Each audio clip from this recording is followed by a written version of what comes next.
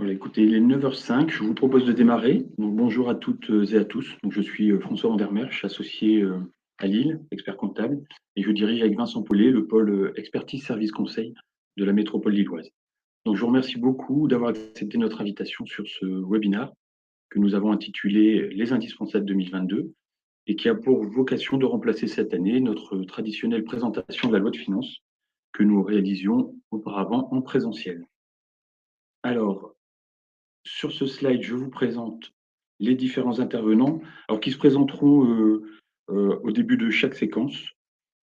Juste quelques informations, donc nous avons coupé vos micros pour éviter toute interférence, mais n'hésitez pas, comme c'était indiqué dans le chat, à poser vos questions sur ce chat justement, et nous y répondrons avec plaisir. Je vous informe également que ce webinaire est donc enregistré. Alors, au sommaire de ce webinaire, donc, nous avons retenu 6 séquences pour une durée maximale de présentation d'1 h 30 avec les questions. Et nous avons sélectionné ces 6 séquences après beaucoup d'échanges en interne, parce qu'on a choisi ce que nous considérons comme étant, vous l'avez compris, les thèmes indispensables en ce début d'année 2022. Alors, le premier thème, il concerne la gestion de trésorerie et du budget dans un contexte de reprise économique inflationniste. Le second thème traitera des points clés de la loi de finances 2022 et on fera un focus complémentaire sur l'actualité sociale. Le troisième thème concerne les aides Covid qui sont toujours d'actualité. Le quatrième thème abordera donc le calendrier de la réforme de la facturation électronique. Le cinquième concernera l'examen de conformité fiscale. Et nous terminerons par la responsabilité sociétale des entreprises, qui devient effectivement stratégique, alors que ce soit pour gagner des parts de marché, voire également pour le recrutement. Donc, voilà pour ce programme très dense. Alors, sans transition, donc nous abordons le premier thème qui nous a paru fondamental au regard du contexte actuel, et avec le souci aussi de vous proposer quelque part des pistes de solutions pour 2022. Alors, pour mettre en évidence le contexte économique de ce début d'année, nous sommes basés sur une enquête de la CPME qui a été réalisée en fin d'année dernière, mais également sur le retour de clients suite à différents échanges que nous avons pu avoir avec eux. Alors effectivement, hein, on parle beaucoup de reprise, de relance de la croissance. J'entendais ce matin qu'elle a été fixée à 7% pour l'année dernière.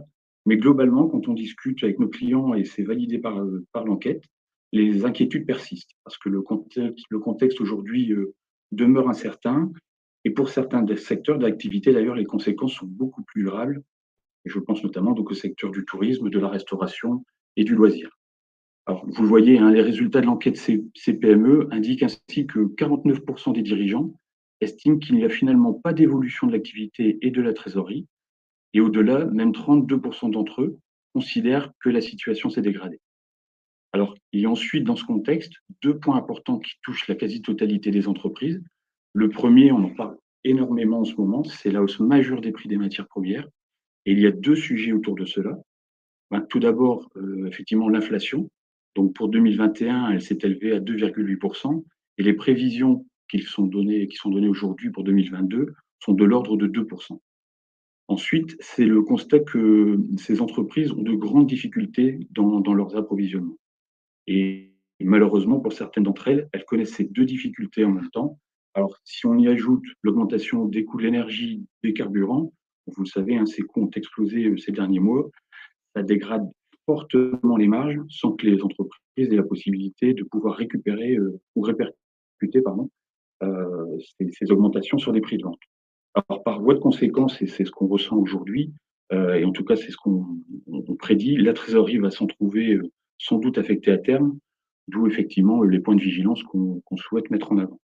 Et là aussi, hein, vous le constatez sur les résultats de l'enquête, 82% donc des entreprises considèrent être impactées par la hausse des matières premières et 52% d'entre elles constatent des difficultés d'approvisionnement. Alors la situation est telle que, en échangeant avec nos clients, certains d'entre eux ont même dû renoncer à certains projets faute de matière, ce qui est quand même très problématique aujourd'hui. Et pour finir, alors c'est pas pour noircir le tableau, mais on peut également ici évoquer le coût du transport qui a vraiment explosé depuis le deuxième semestre 2021. Autre point qui pose problème, et pas les moindres, c'est effectivement la problématique du personnel, ou en tout cas même du recrutement.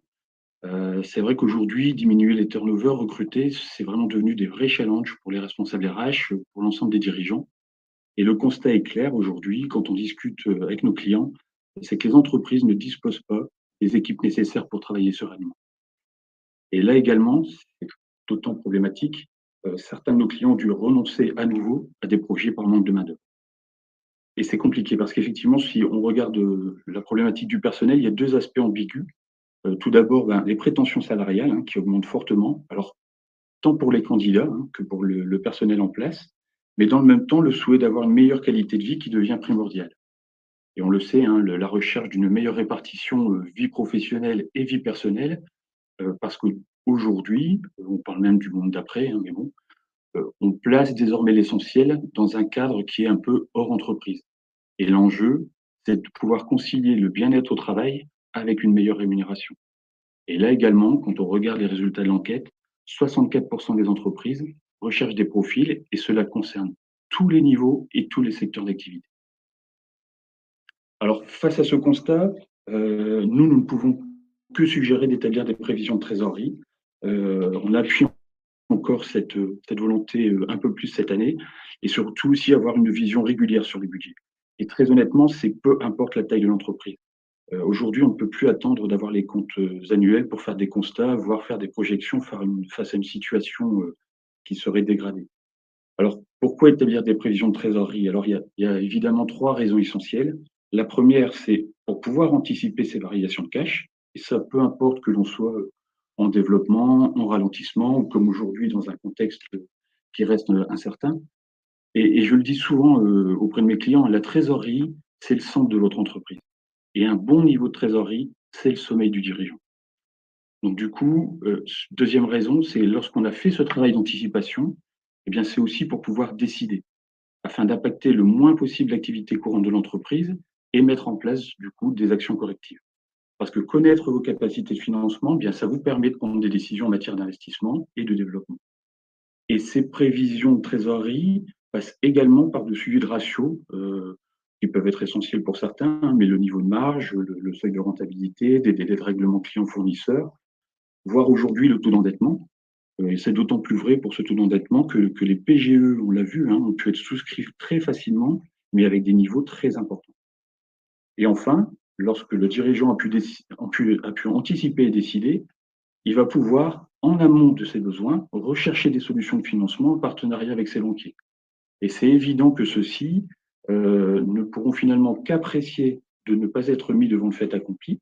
Et souvent, donc, je le dis hein, d'expérience, on obtient des taux beaucoup plus avantageux si on sollicite le banquier en amont que si on va le solliciter avec une situation de trésorerie qui s'est déjà dégradée. Alors, on a voulu, pour justement pallier à ça, vous exposer 8 pistes d'amélioration envisagées. Alors, le premier point, alors c'est vrai que même si ça pouvait fonctionner par le passé, pour nous, il n'est plus possible de naviguer à vue, sans budget ni analyse régulière des écarts entre le réel et le budgété. Et j'insiste, hein, vraiment, peu importe la taille de l'entreprise ou de son activité. Et les prises de décision, elles doivent se faire avec de la réactivité. Et donc, là, pour ce point-là, notre préconisation, c'est évidemment de mettre en place un tableau de bord prévisionnel. Ensuite, on l'a dit, hein, le deuxième point, les mentalités du personnel évoluent, je l'ai évoqué. Mais il faut réfléchir à faire évoluer sa politique salariale. Alors c'est vrai que c'est compliqué parce que pour garder ou trouver des recrues, il faut réfléchir peut-être, à baisser le nombre d'heures supplémentaires, à accorder des jours de télétravail. Sur ce point d'ailleurs, on sait que dans les entretiens de recrutement, c'est une question qui arrive très vite, à savoir combien de jours de télétravail avez-vous dans votre entreprise? Et aussi de travailler sur des horaires plus flexibles ou mettre en place, des accords d'intéressement et autres, plans épargne entreprise. Donc là, la préconisation, c'est effectivement de réaliser un bilan RH. Une troisième piste que l'on met en avant, c'est la réduction des charges fixes. Et là, on fait un focus un peu particulier sur l'optimisation des locaux, parce que parfois, c'est un poste extrêmement lourd financièrement. Et là, on peut réfléchir. La mise en place du télétravail également peut aider effectivement à diminuer ces coûts de locaux. On peut aussi réfléchir à des déménagements vers des locaux plus petits, voire sous-louer, ça arrive de plus en plus, des espaces inutilisés. Mais ce n'est qu'un exemple hein, sur les locaux. Globalement, il faut reprendre en main le pilotage de la performance par la connaissance et la maîtrise de l'ensemble de ses coûts.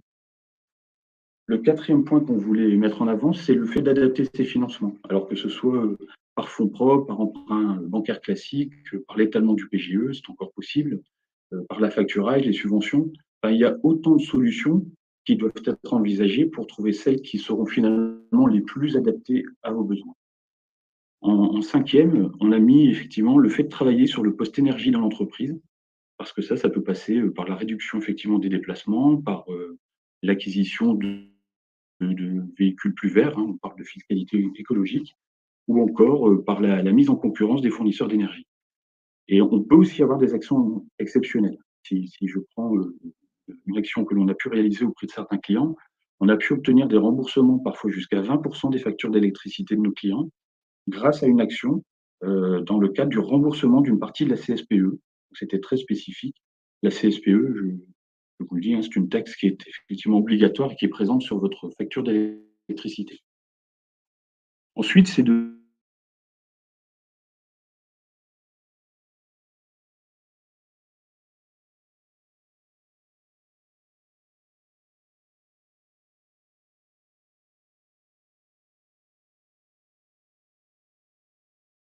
PMG Avocat, c'est effectivement, on y pense parfois un peu moins, mais dans la mesure du possible, travailler sur la renégociation des contrats avec ses clients et ses fournisseurs, qui se justifie hein, par la situation actuelle, pour effectivement permettre de retrouver des conditions de prix et des délais de règlement qui seront plus supportables pour les entreprises.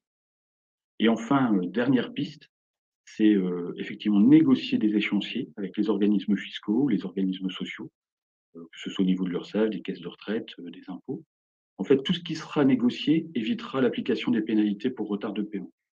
Et là, par contre, on vous met une prudence, c'est qu'il faut toujours être à jour de ces déclarations. C'est le facteur essentiel. Donc voilà, j'en ai terminé pour ce premier point. Je vais laisser la parole à Sophie Éloi qui va aborder les points essentiels de la loi de finances 2022. Bonjour à tous, merci François. Je suis Sophie Éloi, donc juriste spécialiste au sein de KPMG Avocat. Et on va vous évoquer avec François et Pierre Pétraud, qui se présentera tout à l'heure, les aspects sur la nouvelle loi de finances pour 2022.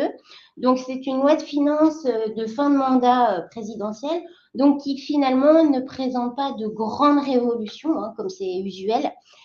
Pour autant, ce qu'il est peut-être important de préciser, c'est qu'il y a quand même des éléments, notamment au sortir si on peut le dire, de la crise sanitaire, qui ont vocation à pousser les entreprises vers un regard vers l'avenir, en fait. Hein. Et l'objectif, c'est de les inciter à réinvestir et à se concentrer sur l'avenir, notamment avec des mesures en matière d'innovation, par exemple. Alors, hop.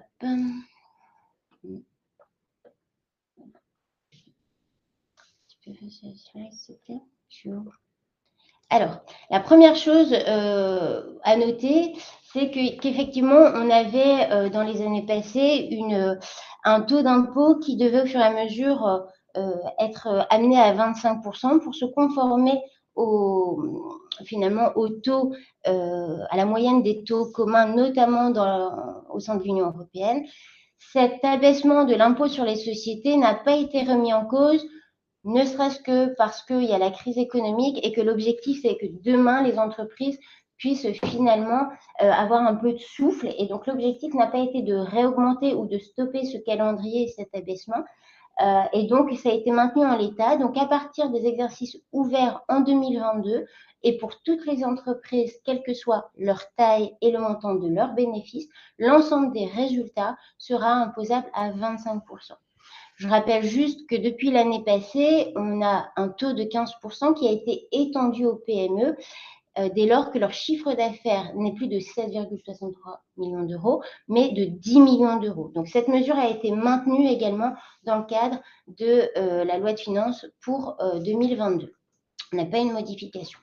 Alors d'autres choses qui, là, vont plutôt inciter finalement les entreprises à se réapproprier finalement le marché de demain et à se développer, c'est un certain nombre de mesures qui ont été mises en place dans le cadre de la recherche et de l'innovation de manière générale. Alors on a quelques aménagements sur certaines mesures déjà existantes, telles que le crédit d'impôt recherche. Et on a aussi la création d'un nouveau crédit d'impôt qui s'appelle, qu'on va appeler plus communément le SICO. Alors, pour revenir d'abord sur le crédit d'impôt recherche qui a été un peu aménagé.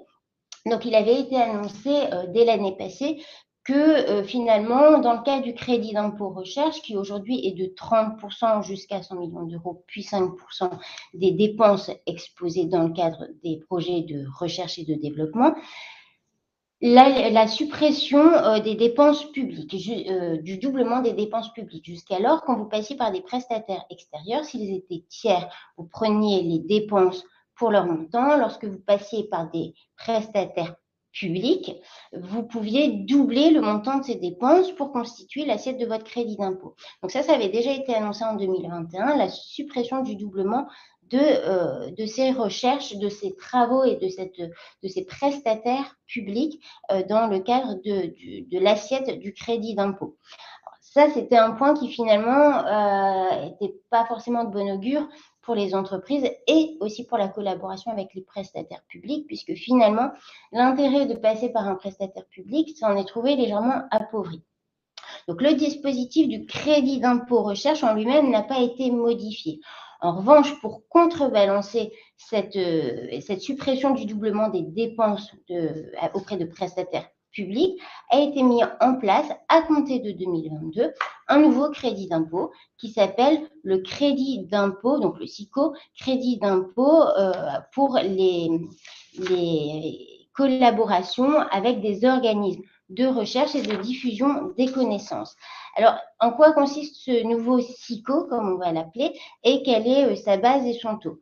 Donc, le SICO, c'est finalement prendre les dépenses de R&D qui sont confiées à des organismes de recherche et de diffusion des connaissances qui sont agréés, bien sûr, par le ministère de l'Enseignement supérieur, de la Recherche et de l'Innovation. Et finalement, c'est un contrat collaboratif, c'est-à-dire qu'on n'est pas dans une relation purement de prestataire et de preneur de la prestation, on est vraiment dans une collaboration dans le cadre des projets de recherche. Donc, il faut déjà qu'il y ait un contrat qui encadre cette collaboration et le projet de recherche doit être porté par les deux intervenants, donc et l'entreprise cliente et l'organisme de recherche agréé, qui va également porter cette recherche. Ce qui signifie aussi que finalement, si demain un brevet est déposé, par exemple, ce brevet ne peut pas être déposé exclusivement par l'entreprise, mais c'est bien un dépôt commun s'il y a dépôt d'un brevet dans le cadre de cette recherche SICO. Alors, le SICO a un taux, ouvre droit finalement à un crédit d'impôt de 40%, qui va même jusqu'à 50% pour les entreprises qu'on va qualifier de PME au sens communautaire. Donc finalement, c'est 50% pour tout le monde et au-delà des PME, ETI et grandes entreprises, par exemple, on aura un montant de crédit d'impôt de 40%. Donc, plus important que ce qu'on aura en crédit d'impôt recherche. Alors, bien sûr, les dépenses qui vont être engagées dans le cadre de ce SICO ne peuvent pas être cumulées dans le cadre du CIR. L'objectif, c'est pas de faire doublon, évidemment. Par contre, si j'ai des dépenses distinctes, je pourrais d'un côté avoir un crédit d'impôt SICO et d'un autre un crédit d'impôt recherche classique, le CIR. Ça fonctionne exactement de la même manière que pour les autres crédits d'impôt, type crédit d'impôt recherche. Je l'impute sur mon impôt sur les sociétés de l'année. Si j'ai un excédent, si je suis une PME, je peux en demander le remboursement immédiat. Sinon, il sera reportable sur les 3 années suivantes et à imputer sur l'impôt sur les sociétés. Alors, un dernier point sur ce SICO, 2 points. La première, c'est que, comme je vous le disais, il faut nécessairement qu'un contrat ait été signé entre les parties, entre l'organisme public et le client, l'entreprise, société privée. Ce contrat doit être signé à partir du 1er janvier 2022, c'est-à-dire que dans l'absolu, un contrat signé au 30 décembre 2021 ne rentrerait pas dans la base du SICO. L'autre chose, c'est que effectivement, quand je vais payer les prestations de l'organisme public, ces prestations ne pourront, enfin les travaux réalisés ne pourront être facturés qu'au coût de revient, puisqu'on est dans un cadre de collaboration entre l'organisme public et la société de droit privé. C'est une collaboration, ce n'est pas une vente d'une prestation, donc ça doit nécessairement être réalisé au coût de revient. Et il faut qu'à minima, l'organisme de recherche supporte un montant minimal des dépenses. C'est-à-dire que la collaboration est complète. Chacun des deux intervenants doit supporter personnellement une partie des frais engagés dans le cadre de cette recherche, dans le cadre pour pouvoir être éligible au CICO. Alors ça, c'est la grande nouveauté. Et à côté de ça, on a d'autres régimes, notamment le crédit d'impôt innovation, qui perdure, qui va être un petit peu modifié à partir de 2023. Pour autant, il est maintenu jusqu'au 31 décembre 2024. Le crédit d'impôt innovation, c'est un petit peu différent. On va viser des projets différents du crédit d'impôt recherche. On est véritablement sur de l'innovation, donc la conception de prototypes ou de nouveaux produits qui n'existent pas sur le marché ou qui n'existent pas en l'état sur le marché. Ce sont souvent des projets pilotes. C'est un crédit d'impôt qui, jusqu'à présent, ouvrait droit à une base sur la base des dépenses éligibles de 20%. À partir de 2022, toujours dans ce souhait finalement de maintenir l'engouement pour les entreprises à innover, à avancer dans leurs projets, ce crédit d'impôt va être augmenté, non plus de 20, mais de 30% pour les sociétés et même jusqu'à 60% pour les sociétés établies dans l'outre-mer. À partir de 2023, par contre, la contrepartie, et qui finalement lisse un petit peu cette augmentation du taux du crédit d'impôt, ce sera la suppression du forfait des dépenses de fonctionnement, puisqu'on a dans ce crédit d'impôt on avait jusqu'en 2022 finalement, jusqu'en 2021, pardon, un forfait qui permettait de prendre de manière très théorique 43% des dépenses de personnel et 75% des dotations d'amortissement directement liées aux dépenses de recherche, enfin d'innovation, pardon.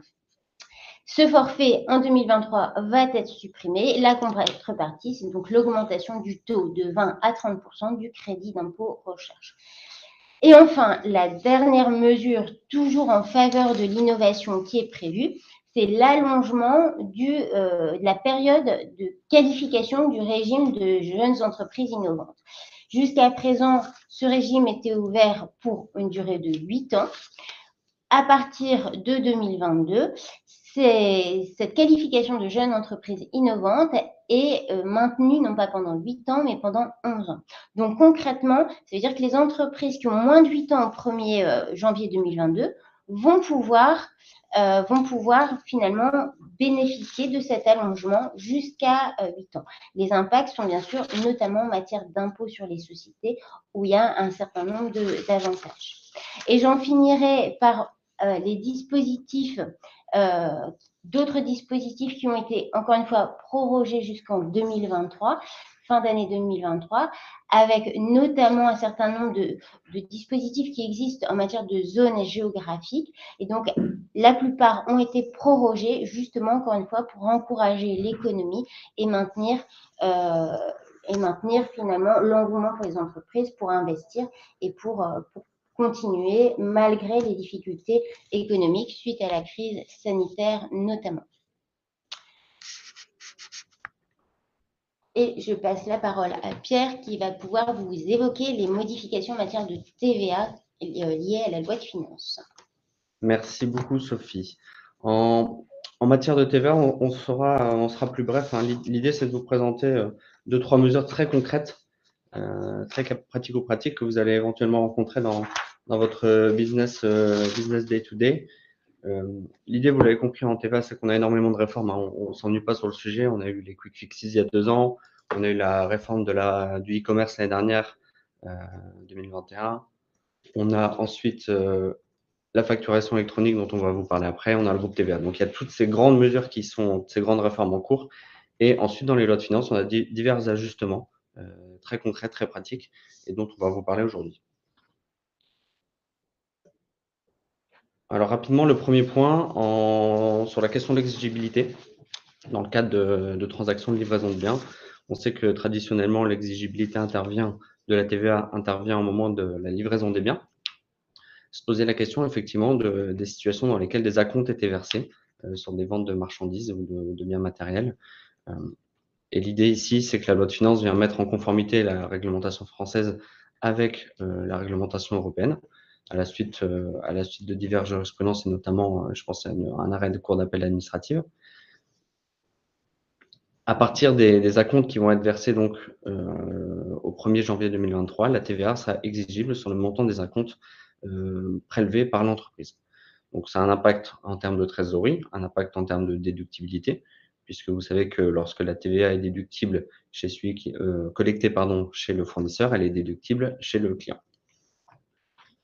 Donc, élément important à prendre en compte à partir du 1er janvier 2023 sur les contrats qui sont en cours d'exécution, on appelle à la méfiance et à anticiper éventuellement la gestion de la trésorerie par rapport à ces acomptes. Le second point important dans la loi de finances, c'est la généralisation du dispositif d'autoliquidation à l'importation. Jusqu'à présent, vous deviez obtenir une autorisation d'administration pour pratiquer l'autoliquidation lors de vos opérations d'importation. Donc, il y avait certaines conditions. L'autorisation était renouvelable tacitement, mais vous deviez effectivement l'obtenir pour pouvoir pratiquer cela. Avec le transfert, en fait, in fine, des compétences de la douane à l'administration fiscale, on généralise le dispositif d'autoliquidation. Ce qui est plutôt une bonne nouvelle, puisqu'effectivement, le douanier, l'administration des douanes était effectivement, qu'on se le dise, moins compétente sur le sujet de la TVA. Donc, le transfert à la DGFiP est plutôt une bonne nouvelle. Et ensuite, en termes de trésorerie, c'est effectivement très intéressant pour les entreprises, et a fortiori pour les entreprises étrangères qui auparavant devaient collecter la TVA auprès des douanes et ensuite en demander le remboursement auprès de la DGFiP. Donc, vous voyez bien qu'il y avait un décalage dans le temps. L'autoliquidation permettra de gommer cela. Et donc ça, c'est d'application automatique obligatoire depuis le 1er janvier 2022. Donc je pense à beaucoup de nos clients qui, depuis le Brexit, font des importations depuis le UK. Bon, effectivement, maintenant, depuis le 1er janvier 2022, ils peuvent auto-liquider sur toutes ces importations, ce qui représente un gain administratif et un gain en termes de trésorerie.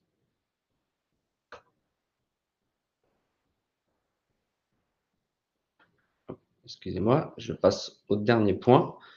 Toujours dans l'idée des opérations transfrontalières, c'est le sujet de la DEB, déclaration d'échange de biens.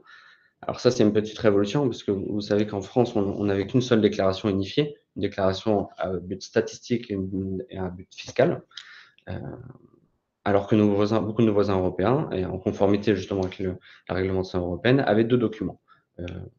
L'idée, c'est depuis le 1er janvier 2022, la déclaration d'échange de biens telle qu'on la connaissait est supprimée au bénéfice de deux nouveaux documents, donc une déclaration statistique et un état récapitulatif des clients. Donc la déclaration statistique sera à déposer auprès de l'administration douanière, l'état récapitulatif des clients auprès de l'administration fiscale française. L'idée, c'est de compartimenter les données. L'administration fiscale n'a que faire des données douanières, des régimes douaniers, des codes douaniers.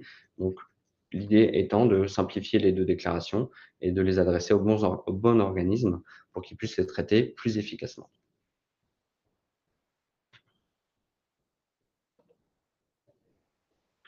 Voilà, en termes de TVA, donc c'est trois petites mesures d'ajustement très, très concrètes applicables donc, depuis le 1er janvier 2022. Ça, c'est pour les acomptes. Souvenez-vous, je vous ai dit que ça s'appliquait aux acomptes versés à compter du 1er janvier 2023.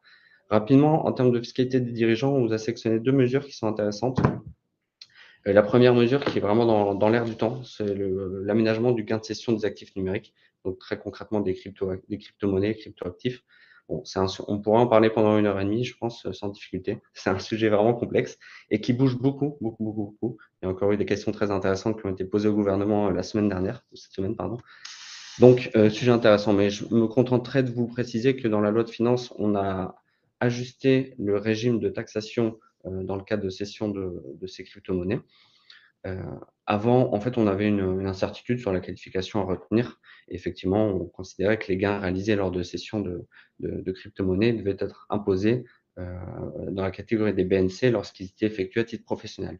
La difficulté, c'est qu'on n'avait pas cette définition de titre professionnel. Donc, le législateur, en fait, s'est calé aujourd'hui sur le régime qu'on connaît dans le cadre des des traders de bourse, pour poser la définition et définir le régime fiscal applicable. Si vous agissez en tant que particulier, donc lorsqu'on écarte le critère de professionnalité, les plus-values, bien que ce soit pas trop le sujet en ce moment vu l'état du marché des cryptos, mais les plus-values sont imposées au prélèvement forfaitaire unique ou barème de l'IRPP sur option. Ça, c'est une nouveauté, c'est intéressant. Si vous exercez à titre professionnel, vous serez imposé non plus dans la catégorie des BNC, mais des BIC. Et l'exercice à titre professionnel, et là on reprend les critères des opérations de bourse, c'est lorsqu'un trader va utiliser des techniques complexes de trading, va utiliser des logiciels spécifiques dédiés pour faire ces opérations.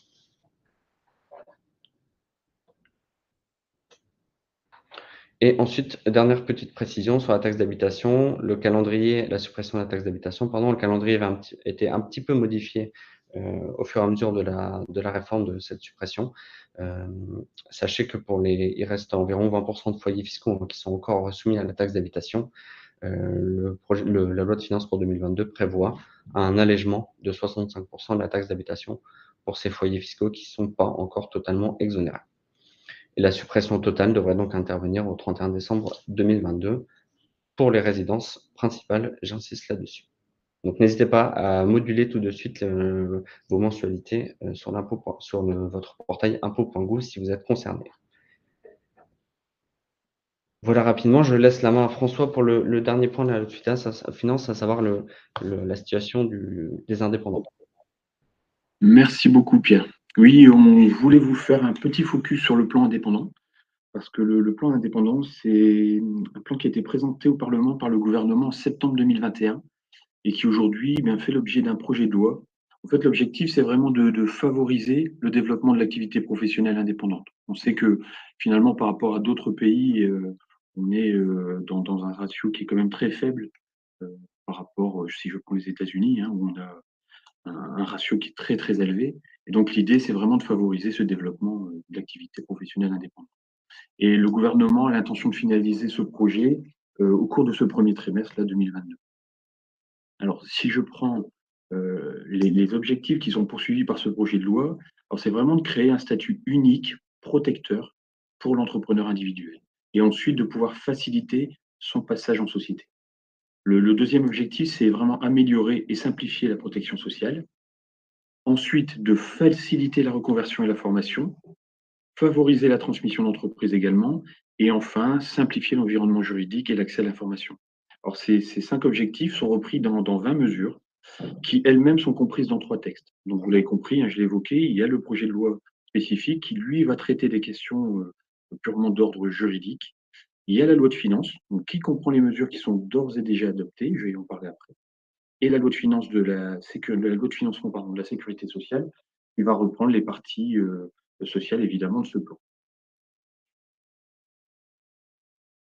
Alors, sur le plan fiscal, il y a 4 dispositifs qui ont, alors même plus envisagés, qui sont déjà mis en place. Le premier, c'est de dynamiser effectivement la reprise des fonds de commerce par le mécanisme de l'amortissement des fonds commerciaux.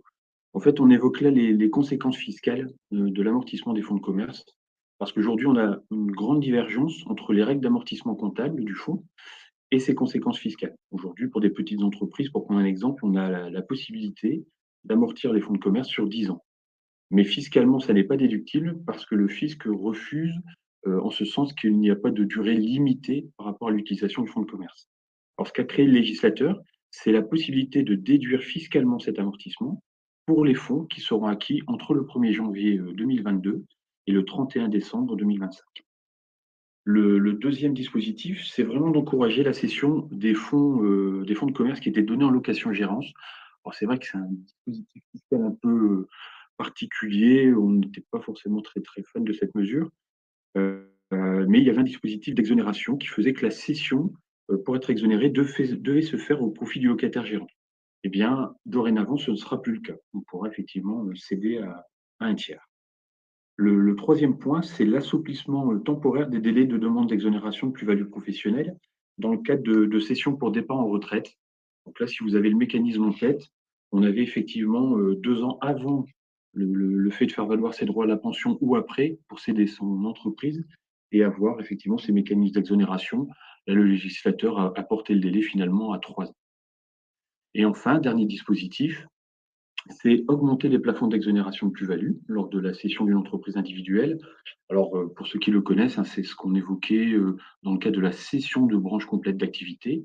Pour être un peu plus technique, c'est l'article 238 quindes du CGI, qui évoquait effectivement l'exonération jusqu'à 300 000 euros de la cession de branches complètes d'activité et un mécanisme d'exonération dégressif jusqu'à 500 000. Eh bien, les 300 000 sont portés à 500 et les 500 000 pour la phase dégressive sont portés à 1 million d'euros. Et focus aussi un peu particulier, et qui est un peu une grande nouveauté, est que l'entrepreneur individuel pourrait également opter pour le régime de l'impôt sur les sociétés. Alors, sur le plan juridique, ce nouveau statut d'indépendant va pouvoir s'appliquer à tous les entrepreneurs individuels, et y compris les auto-entrepreneurs. Donc, toute personne physique qui exercera son activité professionnelle indépendante verra son patrimoine personnel protégé. En fait, finalement, pour ceux qui connaissent le statut de l'EIRL, ben c'est la fin de ce statut. Alors, on a bien compris que celles qui étaient en place seront maintenues, mais quelque part, voilà, on pourra aujourd'hui, grâce à ce mécanisme, être dans ce qu'on connaît aujourd'hui de l'EIRL. Et comme dans l'EIRL, il faudra effectivement constater un patrimoine d'affectation. Et là, le législateur a indiqué que ce patrimoine d'affectation était lié à l'utilité de l'exercice de la profession. Alors, je vous avoue qu'on attend avec impatience les commentaires, puisque ce qui tourne autour de l'utilité de l'exercice de la profession nous intéresse particulièrement. Et enfin, l'idée globalement, c'est aussi d'améliorer la protection sociale du conjoint collaborateur et de préserver les droits à la retraite malgré la crise sanitaire. Il est vrai que quand on a fait les bilans de nos clients en entreprise individuelle, il y avait une particularité liée, par exemple, au fonds de solidarité, parce que finalement, les résultats comptables étaient maintenus grâce à ces fonds de solidarité, mais qui étaient exonérés fiscalement. Donc, on se retrouvait avec un déficit fiscal, ce qui faisait qu'en fait, l'entrepreneur individuel ne validait pas de trimestre pour la retraite, et le législateur a effectivement corrigé cela. Voilà pour les quelques informations sur ce plan indépendant. Je vais laisser la parole à Annabelle Calins pour quelques actualités sociales. Bonjour à tous. Donc moi, je suis Annabelle Calens. Je suis manager de l'équipe gestion sociale sur Lille. Et donc, je vais vous présenter les quelques points sociaux de ce début d'année. Comme l'a dit François, dernière loi de finances du mandat présidentiel, pas de révolution au niveau social, mais quelques points quand même à avoir en tête. Concernant tout d'abord les aides au paiement Covid que les entreprises ont pu obtenir sur leur charge 2021, il a été décidé que les aides qui restaient à fin 2021 pourraient être déduites des cotisations 2022, ce qui au départ n'était pas prévu. Donc, aides au paiement qui ont été acquises dans le cadre des aides Covid-2 et Covid-3, qui concernaient donc principalement les secteurs fermés ou fortement impactés par la crise sanitaire. Il y a également en cours des projets de décret qui pourraient reconduire, en cas de besoin, jusqu'à la fin du régime de sortie de l'état d'urgence sanitaire, reconduire éventuellement ces aides sur 2022. Mais pour l'instant, ça reste très limité et ça concernerait que des secteurs très précis, donc notamment les discothèques ou les secteurs impactés par des fermetures, avec toujours des conditions de plus en plus resserrées sur des pertes de chiffre d'affaires.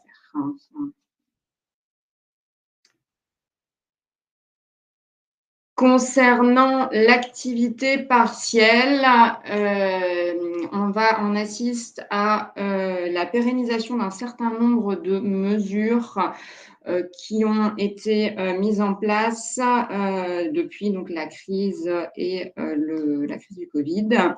Donc avec notamment sur les mesures pérennisées, les heures d'équivalence qui sont perdues, qui peuvent toujours rentrer dans le cadre de l'indemnisation. Donc ça concerne certains secteurs particuliers, notamment le transport qui est très soumis à ce régime d'heures d'équivalence.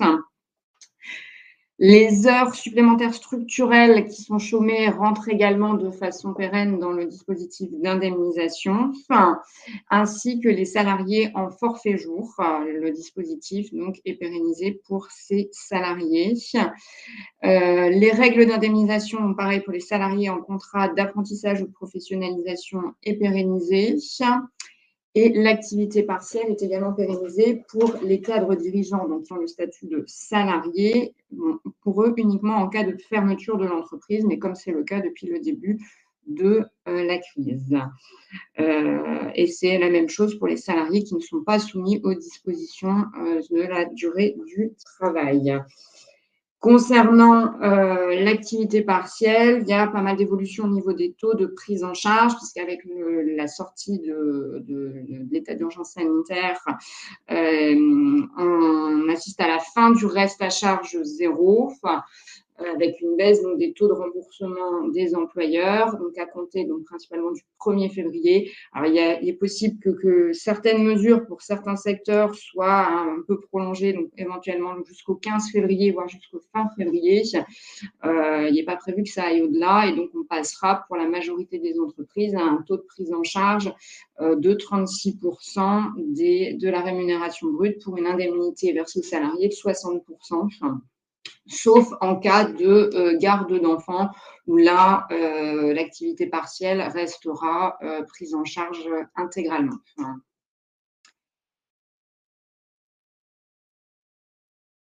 D'autres mesures sont prolongées pour 2022, mais elles ne sont pas pérennisées.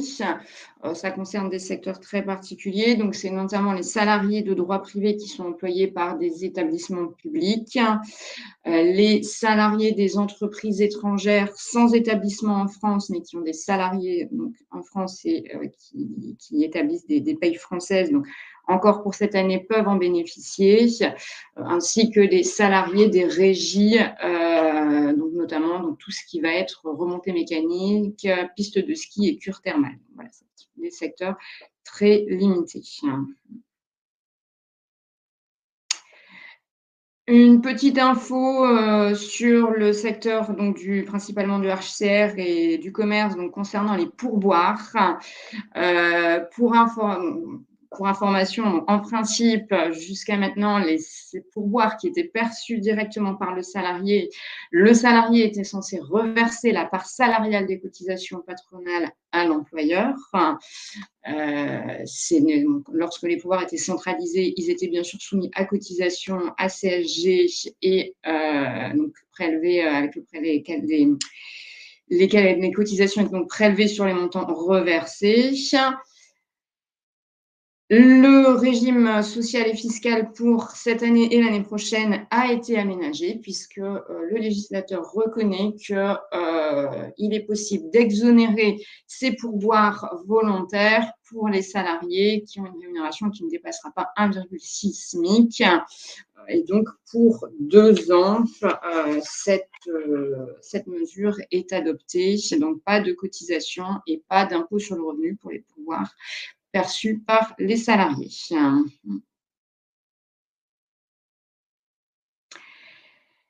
Petit changement concernant le bulletin de paye au 1er janvier 2022. Donc, vous n'avez pas échappé à l'information sur l'augmentation du SMIC, donc qui passe au 1er janvier à 10,57 €. Donc, c'est une augmentation de 0,9%. Il n'y a pas eu de coup de pouce sur cette revalorisation, sachant que le SMIC avait déjà été revalorisé au 1er octobre 2021.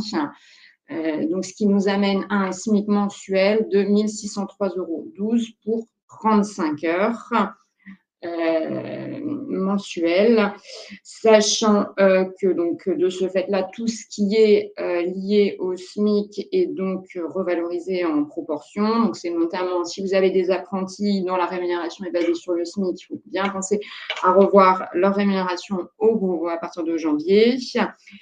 Si vous avez des minima conventionnels qui passent en dessous du SMIC, donc il faut bien entendu aussi réévaluer les salariés à hauteur minimum du SMIC. Et dans le même ordre d'idée, l'indemnité minimale d'activité partielle, qui est aussi positionnée par le SMIC, passe elle à 8,37 € de l'heure.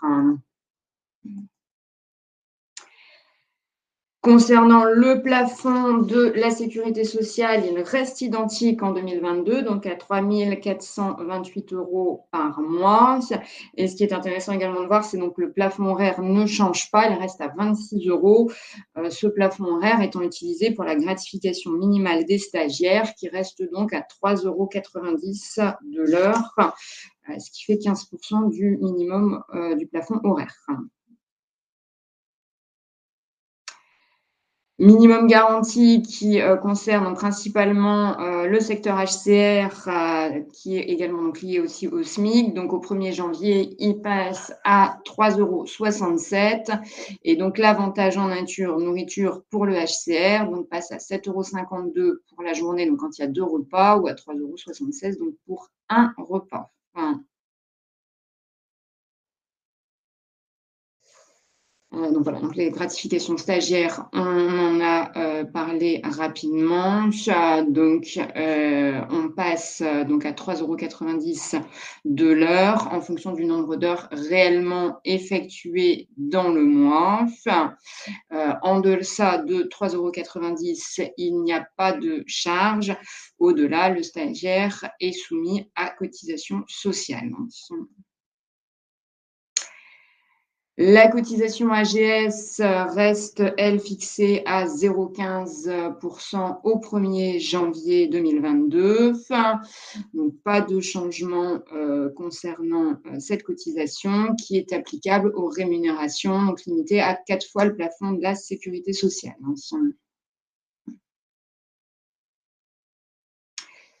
Dernier petit point, c'est les mentions obligatoires sur le bulletin de paye. Vous avez constaté sur les bulletins de paye de janvier qu'on a eu un décret qui impose des nouvelles mentions sur le bulletin de paye, donc notamment donc, toutes les mentions fiscales avec la mention du net imposable et du net imposable qui concerne les heures supplémentaires exonérées d'impôts. Donc ces mentions qui figuraient déjà habituellement en mensuel sont désormais obligatoires également en cumul annuel, ainsi que le montant du prélèvement à la source qui doit être indiqué en annuel. Donc, ce sont des mentions fiscales qui sont destinées à faciliter la déclaration d'impôts des salariés. Et dernier petit point aussi d'actualité, pour ceux d'entre vous qui sont concernés par l'obligation d'emploi des travailleurs handicapés, il était prévu que la déclaration soit à faire sur la DSN de février, donc avec un paiement au 5 ou au 15 mars 2022, et l'URSSAF nous a donné un report. Ça sera à réaliser en plus tard sur la DSN d'avril. Donc, un petit peu plus de temps pour notamment permettre à l'URSSAF de transmettre les calculs d'effectifs effectués par rapport aux déclarations 2021. Voilà pour les actualités sociales, et donc je laisse la parole à Aurélie pour les nouvelles aides Covid. Merci à tous. Merci Annabelle. Bonjour à toutes et à tous. Aurélie Salmon. Alors moi, je suis avocate au barreau de Lille spécialisée en droit des sociétés et j'interviens aux côtés de Caroline Chazard et Wilfried Pollard pour le pôle KPMG Avocat, le bureau KPMG Avocat à Lille et dans les Hauts-de-France. Alors, je vais vous présenter rapidement les nouvelles aides Covid. L'idée n'étant pas de vous faire un point exhaustif et un détail précis de chacune de ces aides. Sur ces sujets-là, on vous invitera à vous rapprocher de votre interlocuteur habituel. L'idée, c'est vraiment de vous faire un panorama. Alors, ce sera relativement bref. Ces aides, elles sont qualifiées de nouvelles parce que certaines sont donc considérées comme étant des aides anciennes. Au titre des aides anciennes, en fait, vous avez les aides Fonds de solidarité qui ont été arrêtées en métropole depuis le 30 septembre 2021, qui perdurent outre-mer. Et vous avez également les aides coûts fixes qui ont été non reconduites sur octobre 2021. Ça étant, vous allez le voir immédiatement, parmi les nouvelles aides, nous avons l'aide coût fixe rebond qui vient en fait remplacer l'aide coût fixe. Donc, ces nouvelles aides, elles sont pour l'instant au nombre de 4, sachant qu'on nous en annonce de nouvelles. L'aide coût fixe rebond, l'aide loyer, l'aide fermeture et l'aide renfort. La première et la principale, c'est l'aide coût fixe rebond. Alors, cette aide, en fait, on attire déjà votre attention sur le fait qu'elle ne peut être demandée que jusqu'au 31 janvier prochain, ce qui vous laisse donc jusqu'à lundi pour avoir déposé votre dossier. Je vous conseille de prendre rendez-vous très vite avec votre expert comptable. C'est une aide qui va concerner les entreprises des secteurs protégés, nos fameux secteurs S1, S1 bis. Donc, c'est tout ce qui va être montagne, hôtellerie, restauration, hôtellerie de plein air, traiteur, enfin, tous les secteurs qui ont été particulièrement sinistrés et particulièrement fermés. C'est une aide donc, qui ne nécessite pas de réaliser un chiffre d'affaires minimum pour y être éligible, mais vous avez évidemment des critères de perte de chiffre d'affaires. Ça va couvrir les périodes de janvier à octobre 2021. Les points d'attention les plus importants, c'est le fait que ce sont des aides qui sont non cumulables avec l'aide loyer qu'on va évoquer juste après. Et surtout que pour ces aides-là, si vous déposez une demande, ça va annuler les demandes d'aide antérieures, notamment aide coût fixe que vous aviez formulées et qui n'auraient pas encore été traitées par l'administration. Étant précisé que l'administration, très souvent, nous fait des retours sur le fait que les délais de traitement sont allongés, bon, évidemment parce qu'il y a beaucoup de demandes, mais aussi parce que parfois, ce ne sont pas les bons formulaires qui sont remplis, ou ils n'ont pas les documents, ou ils n'ont pas les attestations requises. Donc, c'est vrai que si vous avez des demandes d'aide non encore traitées, il faudra se poser la question avant de demander une aide coût fixe rebond, du fait de savoir si c'est plus intéressant de demander cette aide supplémentaire ou plutôt d'attendre que les aides précédentes soient finalement traitées. Voilà sur l'aide coût fixe rebond. Sachez également qu'il y a un système de coupe-fil qui a été mis en place pour un traitement plus rapide si le montant de l'aide qui est sollicité est inférieur à 30 000 €. Donc voilà, première aide, l'aide coût fixe rebond. Deuxième aide qui date, elle, du 16 novembre 2021, c'est l'aide loyer. Donc cette aide, elle peut être demandée jusqu'au 28 février 2022. Elle va permettre de couvrir les loyers et les charges pour les mois de février à mai 2021 pour certains commerces de détail et de services et qui ont fait l'objet d'interdiction d'accueil du public et qui aussi n'ont pas fait l'objet de fermeture administrative. On pense notamment à un certain nombre de bars qui avaient pu faire l'objet de fermeture mais qui ensuite ont fait l'objet de fermeture administrative. Ils n'y seront pas forcément éligibles. Voilà, donc bon, c'est des conditions qui s'apprécient mois par mois. C'est une aide loyer classique, prise en charge loyer et charges, rien de très compliqué. Aide nouvellement créée également, c'est l'aide fermeture qui a été créée, elle, le 16 décembre 2021. Vous avez la possibilité d'en solliciter l'octroi jusqu'au 28 février 2022 également. Alors, on va être là encore sur des entreprises des secteurs protégés, donc c'est nos fameux secteurs S1 et S1 bis. Ça va s'adresser aux entreprises, aux groupes d'entreprises qui ont déjà utilisé toutes les aides, et notamment les aides coût fixe à concurrence de 10 millions d'euros, et qui vont pouvoir aller chercher des montants complémentaires jusqu'à un total de 25 millions d'euros. Donc, on est quand même sur des montants qui sont non négligeables. Et en fait, ça va vous permettre de solliciter des aides pour les montants qui n'ont pas été justement couverts par ces aides précédentes.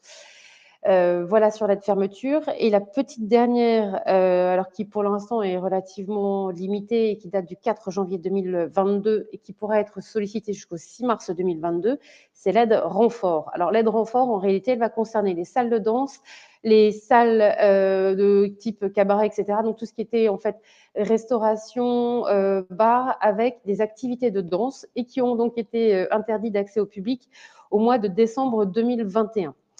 Voilà sur le petit focus qu'on souhaitait faire sur ces aides Covid. Dernier petit point qui est intéressant, et notamment dans le cadre de l'établissement de vos bilans, c'est le fait que les aides qui ont été accordées dans le cadre du Fonds de solidarité font l'objet d'une exonération. En revanche, toutes les autres aides, et notamment les aides ci-dessus listées, elles ne seront pas exonérées et seront bien imposables. Voilà les quelques points que je souhaitais vous préciser, et je passe la parole à Vincent. Bonne journée. Bonjour à tous, donc moi c'est Tramac Vincent, chargé de clientèle senior dans la filière expertise de services conseil, qui travaille au bureau de Lille et Roubaix également. On va aborder ensemble donc un petit point sur la réforme de la facturation électronique, pardon. Donc, ce que ça va concerner, donc il va falloir progressivement en fait mettre en place la facturation électronique entre assujettis pour l'ensemble des opérations commerciales.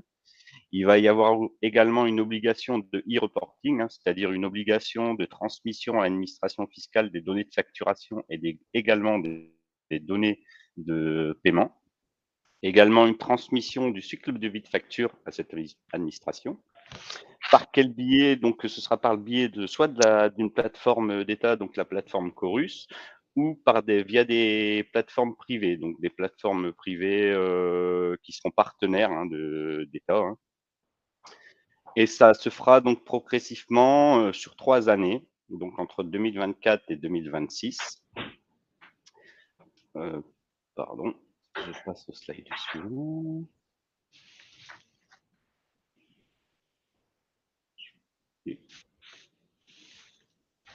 Donc, dans un premier temps, en 2024, ce sera uniquement destiné aux grandes entreprises et aux groupes de TVA en qualité d'assujetti unique.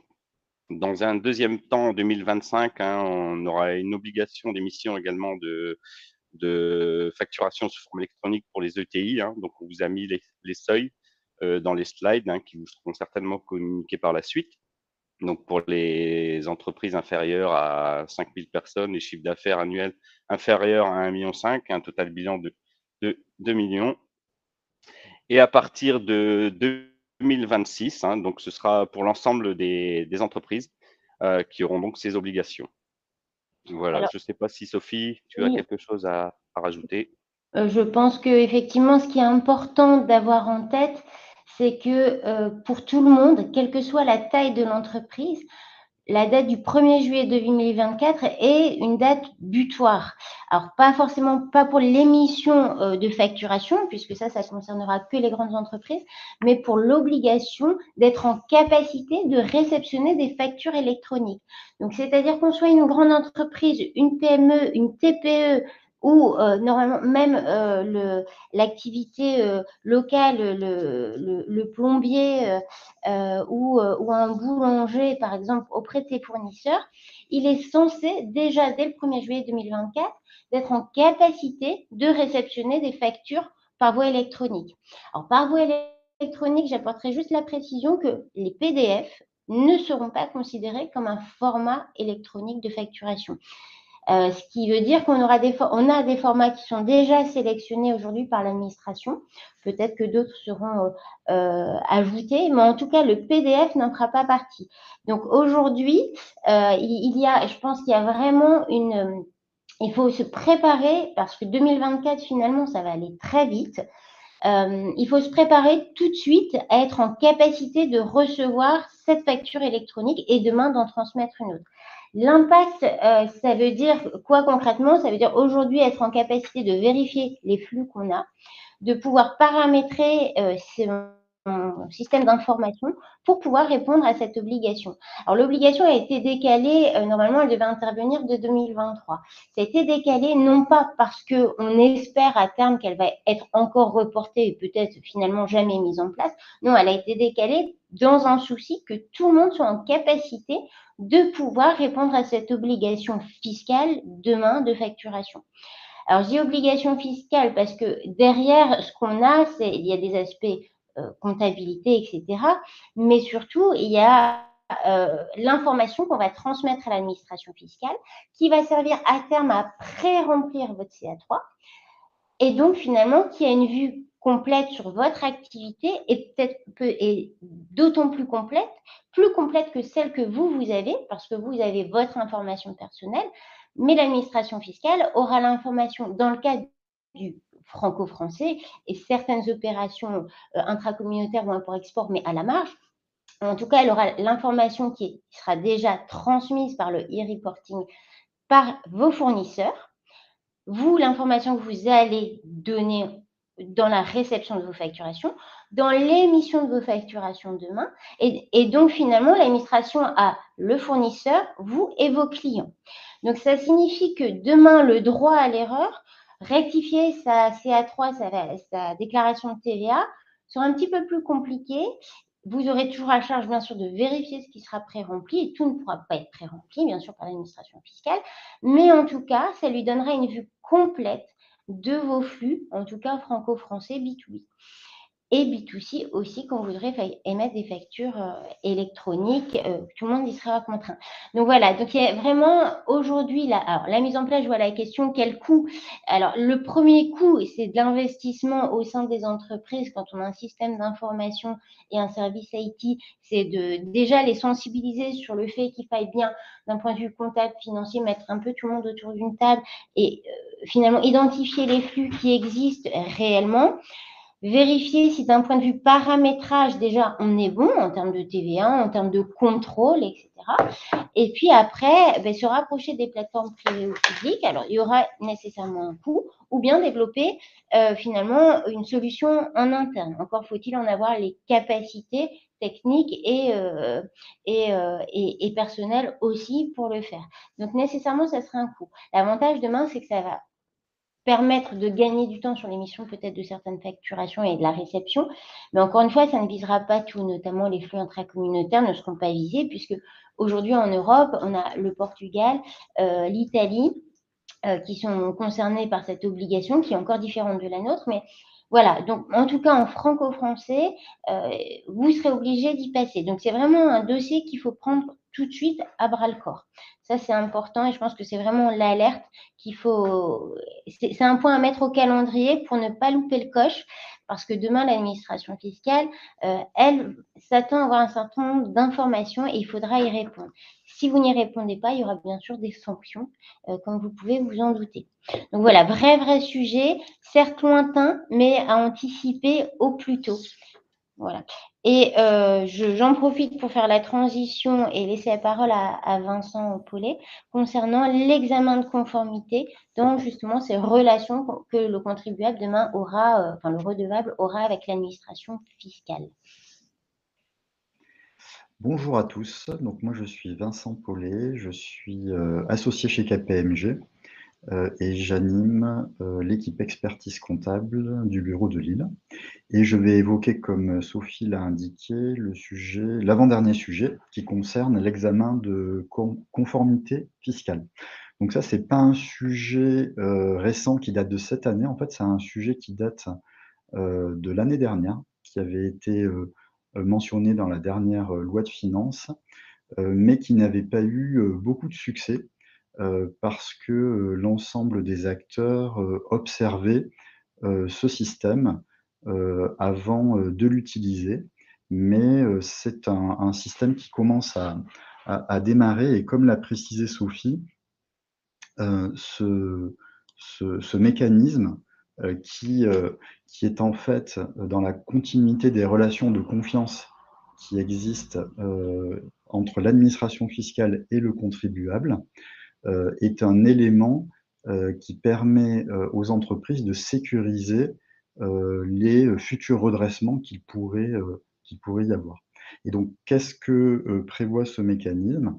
C'est une façon de l'administration de sous-traiter à un tiers de confiance une partie des contrôles qu'elle est en capacité de réaliser dans les entreprises. Et donc, la société, toutes les sociétés sont concernées, quelle que soit leur taille, vont cocher dans leur liasse fiscale l'information comme quoi ils ont confié à un tiers de confiance, qui peut être un expert comptable, un avocat. Donc KPMG est concerné à double titre sur ce thème-là, le contrôle de 10 points que ce tiers de confiance aura sécurisé et vérifié.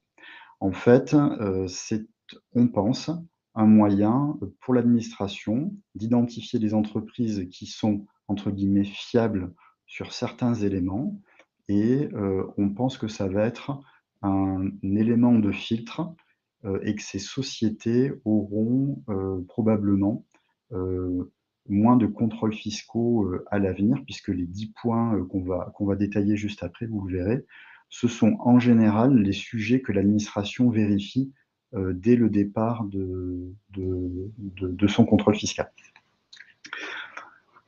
Alors justement, les points qui sont vérifiés, ils sont au nombre de 10. Alors, il y a certains points qui sont spécifiques à certaines activités. Hein. Si vous voyez le point 3 qui concerne la fiabilité du logiciel de caisse. Et après, vous avez des éléments qui sont communs à toutes les entreprises. Donc, les sujets qui sont concernés en premier lieu, c'est la conformité du FEC et sa qualité. Hein, pour mémoire, le FEC, c'est le fichier d'écriture comptable que chaque entreprise doit remettre lors du premier rendez-vous de démarrage du contrôle fiscal. Vous avez des tests liés donc au logiciel de caisse, j'en ai déjà parlé, et également aux règles d'archivage, hein, c'est le point 4. Il y a tous les éléments associés au régime d'imposition que la société applique par rapport à ses seuils de chiffre d'affaires et de taille. Tous les sujets liés à la qualité des amortissements et des provisions, hein, qui sont souvent des éléments examinés dans le cadre de contrôle fiscaux, pardon. Vous avez par la suite les sujets de cut-off, donc charges à payer notamment et la façon dont ils sont traités fiscalement, la déductibilité des charges exceptionnelles et puis les règles d'exigibilité en matière de TVA, que ce soit pour la TVA collectée ou pour la TVA déductible. Donc vous le voyez, c'est assez complet. Ce sont quand même les sujets que l'administration vérifiait prioritairement dans le cadre de contrôles fiscaux. Vous voyez également qu'il y a des sujets qui sont exclus de ce scope-là, et notamment tous les points liés aux flux internationaux, au prix de transfert si vous faites partie d'un groupe. Donc en fait, c'est assez ciblé en matière de points à vérifier. Alors, quels sont les avantages de ce système? Eh bien, ça sécurise en fait les conséquences financières du contrôle fiscal, notamment avec une limitation des intérêts de retard et la possibilité de réclamer au cabinet qui aura testé les différents points la part des honoraires qui correspondra à un redressement effectivement généré dans le cadre d'un contrôle fiscal. Ce qui est quand même à préciser, c'est que lorsque vous allez cocher sur votre case fiscale le fait que vous allez confier à un tiers de confiance cet examen, il y a quand même un risque de cocher la case dans la mesure où cet examen n'a pas été encore réalisé. Parce que si vous cochez la case et qu'a posteriori l'examen révèle des manquements, ça peut au contraire vous desservir. Donc en fait, il y a une certaine vigilance à avoir dans le rétro-planning de la mise en place de cette mesure, et notamment soit réaliser ou faire réaliser l'examen avant le dépôt d'alias, hein, donc ça laisse le délai qui court de début janvier jusqu'au mois de mai, hein, si vous déposez l'alias en mai via un expert comptable. Ou ça peut être aussi l'occasion de réaliser un ECF à blanc pour vérifier en amont que vous cochez les différentes cases des 10 points que j'ai évoqués, de façon à avoir, le jour où vous cochez sur votre carte fiscale la mention ECF, ben, l'assurance que vous remplissez convenablement les 10 points qui ont été visés par cette mesure. Voilà. Je vais maintenant laisser la parole à Léo, qui va vous parler du dernier sujet de ces indispensables, c'est le sujet de la responsabilité sociétale des entreprises. Oui, merci beaucoup Vincent, merci à tous. Du coup, moi c'est Léo, je suis consultant dans le cabinet depuis quelques années sur toutes les thématiques liées à l'engagement, donc soit naturellement le secteur de l'économie sociale et solidaire, mais aussi le secteur des entreprises, PME, TPE classiques, sur les sujets soit de stratégie climat ou soit sur les sujets de ce qu'on appelle la RSE, la responsabilité sociétale des entreprises. Ce que j'aimerais faire là dans les 5-10 minutes qui viennent, c'est essayer de vous donner peut-être un temps de respiration. François a fait une très bonne introduction tout à l'heure sur la période qui était en train d'être vécue, sur le fait que les dirigeants, les directeurs financiers, les comités de direction étaient peut-être un petit peu prisonniers du court terme et de l'urgence, avec beaucoup de choses à gérer, beaucoup de pression qui pèse, sur vous. Et donc, l'idée, c'est peut-être d'essayer de prendre cette dizaine de minutes pour vous projeter sur du moyen long terme et d'essayer de travailler peut-être sur ou réfléchir en tout cas, sur les causes racines de certains de vos problèmes. Ce qu'on voit, c'est qu'il y a beaucoup de pression qui pèse sur vous, sur les entreprises. On a parlé par exemple des pressions liées à l'approvisionnement aux matières premières. On voit aussi pour certains d'entre vous qui sont sur certains secteurs d'activité que les consommateurs changent de comportement, s'adaptent. François a très bien parlé aussi des enjeux de fidélisation et de recrutement des salariés, qui est une autre forme de pression qui pèse et qui vous oblige à être sur l'urgence. Mais on peut aussi parler des effets du dérèglement climatique, l'accélération réglementaire, les fournisseurs ou vos parties prenantes qui changent également leur approche de travail. Et donc, tout ça, c'est beaucoup d'enjeux en même temps et beaucoup de sujets. Et donc, à trop travailler des fois sur le court terme et cette urgence, on a du mal à travailler sur les causes racines de ces problèmes-là. Et moi, ce que je veux vous proposer, c'est peut-être d'aborder le sujet de ces problèmes ou ces pressions qui pèsent sur vous par l'angle de la RSE, donc la responsabilité sociétale des entreprises. Donc, je vais utiliser peut-être 2 mots barbares pendant les 5 minutes qui arrivent. Donc, c'est cette responsabilité sociétale des entreprises, RSE, dans lequel je vais revenir dans 2 minutes. Et puis, la deuxième chose, peut-être dont certains d'entre vous ont déjà entendu parler, c'est ce qu'on va appeler les critères ESG, environnement, société, gouvernance. Et c'est finalement comment est-ce que je prends l'environnement, la société et la gouvernance, des critères pour prendre des décisions, moi, en tant que dirigeant d'entreprise. Ce qu'on va voir aussi, c'est peut-être que la RSE ne touche pas uniquement les entreprises engagées. Souvent, on a envie de se dire c'est l'objet de quelques pionniers ou de quelques grands groupes, mais vous allez voir en quoi ça va vous concerner vous, même si vous vous considérez moins comme une entreprise engagée. Et puis, ça va être aussi le sujet de, soit je m'engage, mais c'est aussi le sujet de comment j'anticipe les crises à venir, parce qu'on voit bien qu'il y a de plus en plus de crises qui arrivent. Aux États-Unis, on parle par exemple de la grande démission, de Big Quit, le fait de beaucoup de salariés qui démissionnent en ce moment. On parle de la crise sanitaire, évidemment, les crises liées au dérèglement climatique qui vont transformer la manière dont on fait du business. Et donc, toutes ces pressions-là, il va falloir commencer à s'y adapter. Et donc, l'enjeu de RSE n'est plus uniquement un enjeu d'engagement, mais aussi parfois un enjeu d'adaptation aux crises à venir et comment je m'adapte à toutes les crises qui viennent et surtout aux crises que je ne suis pas capable d'anticiper. Déjà, peut-être première chose, quand on parle de RSE, de quoi parle-t-on? Finalement, c'est dans l'ensemble des prises de décision par les dirigeants ou par une direction, à la direction financière, à la direction des ressources humaines, comment est-ce que j'intègre dans ma prise de décision non pas uniquement des préoccupations économiques et de rentabilité, mais également des préoccupations sociales et environnementales. Aujourd'hui, le grand sujet à la mode, c'est venir, quand on vient parler de RSE, c'est de parler d'environnement, de réduction des gaz d'émissions à effet de serre et comment est-ce que je suis cohérent avec les accords de Paris. Et comment est-ce que je réduis mon impact sur la planète, mon impact sur la biodiversité.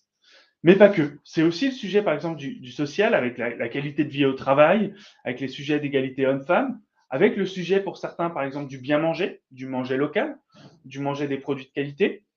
Enfin, il y a beaucoup de sujets. On peut parler sur le sujet, par exemple, de la société, de la lutte contre l'électronisme, le fait qu'on ait du mal à accéder à Internet et à utiliser un ordinateur. Voilà. On peut parler de bien-être au travail. Et puis la troisième brique peut-être de la RSE, c'est ce qu'avant on appelait la dimension économique, notamment dans les réflexions autour du développement durable, mais dont aujourd'hui on parle beaucoup plus, par exemple, d'enjeux de prospérité. Et donc dedans, on va par exemple y mettre la politique achat. Est-ce que c'est pas plus intéressant pour la planète, pour l'humain et pour l'économie de mon entreprise d'avoir par exemple une politique d'achat responsable, donc qui dit local, avec une relation peut-être de long terme avec mes fournisseurs. Et on voit certaines entreprises qui mettent en œuvre une politique achat responsable, qui aujourd'hui font des gains de rentabilité en conséquence, sans même l'avoir anticipé. Ça peut être également les enjeux de distribution de valeur ou d'essayer de toucher des nouveaux consommateurs, parce que ce qu'on voit, c'est par exemple des nouveaux consommateurs qui ont des nouvelles attentes. Et donc, en créant ou en transformant certains de nos produits, on va venir toucher à ça. Donc finalement, la RSE, c'est un petit peu comment est-ce que je suis capable de mettre une politique de prise de décision dans mon entreprise qui soit cohérente avec qui je suis en tant que dirigeant d'une business unit, et qui soit capable de prendre en compte mes enjeux économiques de prospérité, mes enjeux d'environnement et mes enjeux sociétaux. Finalement, c'est le cumul de tout ça quand on vient parler de RSE. Ensuite, on est bien sûr aujourd'hui sur une séance d'information et il y a une accélération réglementaire et c'est ce dont j'ai envie de vous parler aujourd'hui. Et je pense que beaucoup d'entre vous, en regardant cette diapositive sur les obligations réglementaires, viennent se dire ouf, je suis pas concerné parce qu'on vient toucher aujourd'hui que sur les obligations réglementaires des sociétés de plus de 500 salariés. Donc, quand on vient parler d'obligations réglementaires, on vient de parler de trois sujets majeurs, ce qu'on vient appeler premièrement la DPEF, la déclaration de performance extra-financière. C'est un petit peu, si je simplifie le raisonnement, la même chose que vos comptes annuels que vous déposez tous les ans, mais uniquement sur vos performances extra-financières. Donc, comment est-ce que vous avez pris en compte toutes vos parties prenantes dans vos prises de décision. La deuxième accélération réglementaire, elle est liée aussi au bilan carbone. Donc là, c'est exactement pareil, comme votre bilan comptable, mais sur vos émissions de gaz à effet de serre. Et puis, sur le devoir de vigilance sur vos achats. Comment est-ce que vous êtes sûr que vous faites des achats à l'international qui respectent les droits humains? Et donc, en voyant cette diapo, vous vous dites, tiens, moi, je ne suis pas concerné. Finalement, la RSE, ce dont parle Léo, c'est que pour les grands groupes, hein, plus de 500 salariés, ce n'est pas pour moi. Ouf, bonne nouvelle, je peux remettre le sujet sur le tapis. Et bien, pas de chance, parce que ce qu'on voit, c'est vraiment une accélération réglementaire sur le sujet. On a 1 à 2 textes de loi qui sortent par an dessus et qui sont en train de réduire les seuils et réduire les pressions qui existent sur les entreprises en termes au moins de reporting de leurs performances extra-financières. La dernière en date, c'est une directive européenne qui est en train de sortir pour déjà abaisser ce seuil de 500 salariés à 250, qui va augmenter considérablement déjà le nombre d'entreprises qui vont devoir publier leurs performances extra-financières. Mais ça a un deuxième effet aussi peut-être un peu plus pervers sur vous, qui n'êtes pas atteint par ces seuils-là. C'est le fait que quand vous avez des relations partenariales avec des entreprises maintenant de plus de 250 salariés, soit vous êtes sous-traitant, soit c'est vos clients, comme ces entreprises ont des obligations de reporting de plus en plus fortes, avec des pressions qui viennent de l'État, des consommateurs, de leur propre partie prenante à elles de plus en plus fortes, eh ben, ces pressions vous redescendent dessus avec vous aussi des obligations de transparence. Et ce que viennent vous demander et vont vous demander de plus en plus, et on est en train de l'observer là rien que sur ces 10 derniers mois, de plus en plus vos fournisseurs, vos clients, hein, quand vous êtes dans une relation commerciale avec une autre entreprise, ça va être deux choses. Un, une obligation de transparence. Comment est-ce que vous prenez en compte dans vos prises de décision les enjeux climatiques et environnementaux? Comment est-ce que vous prenez en compte dans vos décisions les enjeux sociétaux? Quel est le bien, quelle est la valeur que vous voulez créer pour la société? Et ça, on va voir que c'est clé, cet enjeu de transparence. Et puis, associé à cet enjeu de transparence, on va vous demander d'être de plus en plus vertueux, parce qu'il y a de plus en plus d'entreprises, par exemple, qui rentrent dans des stratégies climat qui se veulent cohérentes avec les accords de Paris, donc une trajectoire de dérèglement climatique de plus 1,5 degré. Et donc, elles sont obligées de vous demander de la transparence pour calculer eux-mêmes, finalement, leur impact climatique et d'essayer de faire aussi des choix, parfois, dans leurs clients ou leurs fournisseurs, qui leur permettent d'être cohérents avec ces sujets-là. Et donc, ce qu'on voit bien sur l'approche réglementaire, c'est que ça touche tout le monde. Et on n'en est plus isolé et qu'il y a une vraie accélération réglementaire et une vraie accélération des pressions qui pèsent sur vous avec un abaissement des seuils et sur lequel on va aller regarder sur les entreprises les plus petites, l'impact que ça a sur. Et puis peut-être dernier point un peu clé à avoir en tête, c'est on vit vraiment un changement de paradigme, un fort point de bascule où avant la RSE était plutôt un sujet d'enjeu de communication pour les grandes entreprises, hein, les groupes cotés au CAC 40 qui devaient communiquer en quoi elles étaient vertueuses, en quoi elles apportaient des choses intéressantes. Et là on vit un vrai changement dans la manière de ça, où ça touchait les grands groupes pour des enjeux de communication, aujourd'hui ça touche tout le monde sur des enjeux qui sont beaucoup plus stratégiques. Et là j'ai décidé juste de reprendre rapidement 4 points pour vous montrer à quel point ça touche tout et tout le monde, mais on pourrait en citer beaucoup d'autres. Un premier sujet peut-être celui de l'accès au financement. On a mené avec KPMG il y a quelques mois une étude qui montrait que plus de 50% des investisseurs institutionnels, quand ils décidaient soit de prêter de l'argent sous forme de dette, soit d'investir sous forme de capital, incluaient dans leur algorithme de prise de décision des critères de performance extra-financière, des critères liés à l'environnement, liés à la société, liés à la politique d'achat. Et pourquoi est-ce qu'elles font ça? Il y a déjà un enjeu vertueux, hein. On voit bien les pressions, par exemple, qui pèsent de plus en plus sur les banques pour arrêter de financer, par exemple, des groupes pétroliers ou des groupes avec des activités fortement polluantes. Mais également parce que ce qu'on observe, c'est qu'une entreprise avec une politique RSE sincère et cohérente a une meilleure rentabilité et une meilleure performance économique. Donc, les investisseurs sont très sensibles à ce sujet-là. Et ce qu'on voit bien, c'est que depuis ces dernières années, tout l'investissement socialement responsable, il est en train de s'accélérer de manière très forte. Et donc, ça va nécessiter aussi pour vous votre capacité, en tant que dirigeant d'une entreprise de 50 salariés, à démontrer votre impact que vous avez sur la société. Deuxième sujet, mais on en a déjà un petit peu parlé, c'est celui de la maîtrise des risques. Et puis, qui dit risque, dit aussi opportunité. Du côté des risques, on peut parler par exemple de l'approche réglementaire dont je vous parlais il y a 2 minutes. Mais du côté opportunité, c'est aussi l'occasion d'avoir cette approche extra-financière et de regarder votre entreprise sous un autre angle et d'être capable de prendre des décisions plus éclairées d'une autre manière et qui derrière aussi booste peut-être votre rentabilité tout en étant plus performant pour l'environnement, pour la société. Et donc là, c'est finalement un triple win, win-win-win, win pour vous, win pour la société dans son ensemble et win pour ce qui vous entoure. Mais sur cette maîtrise des risques et des opportunités, par exemple l'approvisionnement, ce qu'on a bien vu, c'est que les entreprises qui ont mis en place, par exemple, une politique d'achat durable, locale, qui crée des relations de confiance de long terme avec leurs fournisseurs, elles ont beaucoup moins de problèmes d'approvisionnement aujourd'hui que celles qui achètent en Chine au plus bas coût et qui ne regardent uniquement que l'argument économique. Et donc aujourd'hui, celles qui arrivent à maintenir leurs activités et qui continuent à pouvoir produire comme elles produisaient avant, c'est celles qui ont vraiment travaillé leur politique d'achat durable, par exemple. Ouais. Et tout ça, ça va créer un changement de la manière d'évaluer notre performance. Le troisième, mais ça, François, on avait parlé en introduction aussi, c'est l'enjeu RH. Fidélisation peut-être de vos meilleurs salariés, une vraie politique RSE. On voit que ça a un taux de rétention des salariés, donc un taux de turnover de vos équipes beaucoup plus faible. Et puis, c'est aussi un facteur très différenciant dans vos recrutements.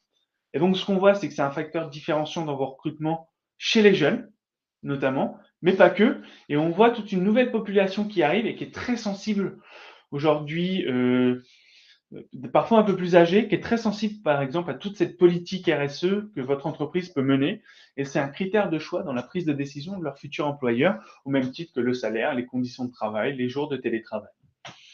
Parce que ça devient réellement une question d'héritage, de savoir ce que je vais laisser après moi et d'être sûr de laisser quelque chose de fort. Et comme l'entreprise régit beaucoup de nos vies, beaucoup sont très sensibles à ce sujet-là. Et enfin, peut-être le quatrième et dernier sujet, là c'est un enjeu majeur pour certains, il y a un vrai enjeu de gain de part de marché ou de limitation de vos pertes.